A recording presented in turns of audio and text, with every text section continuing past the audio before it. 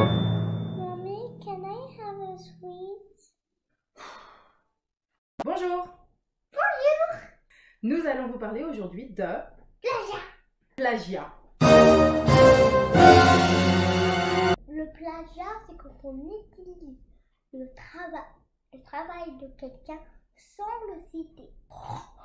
Alors là, c'est pas du tout bien. Et il ne faut jamais faire ça. Jamais dans votre vie. Donc, quand vous faites votre travail et que vous utilisez autre chose que ce que vous avez dans la caboche ou si vous faites une explication de texte, ce qu'il y a dans le texte, vous devez citer votre source. Une source, c'est quoi? C'est tout autre document que celui que vous êtes en train de produire ici. Un livre, un article universitaire, un site internet, un article de journal, Une chanson qui explique quelque chose. une définition de dictionnaire, une entrée dans une encyclopédie, Et oui, en ligne ou sur papier, et oui. une vidéo, Le waku. un podcast. Savez-vous ce que c'est? À partir du moment où vous avez consulté un document qui vous a aidé, vous devez le citer. Et oui. Sinon, qu'est-ce qui se passe? Votre travail est annulé. Exactement, votre travail est annulé parce qu'il ne vaut plus rien. Vous avez donc 0 pour ce devoir. Oh non! Mais plus grave que ça, qu'est-ce qui se passe quand on a triché? Qu'est-ce qu'elle pense, la maîtresse? Et après, elle va plus vous croire que vous n'avez pas triché cette fois-ci. Elle a perdu confiance, la maîtresse. Quand vous avez triché, elle perd confiance. Non! Maîtresse! Avez confiance en moi! Alors vous l'avez compris, le plagiat, il faut l'éviter. Mais comment?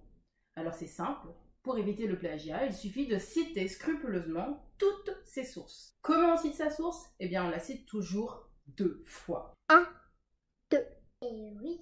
Dans la bibliographie, 1. vous mettrez toutes les sources consultées, classées par ordre alphabétique du nom de famille de l'auteur et au format MLA 8.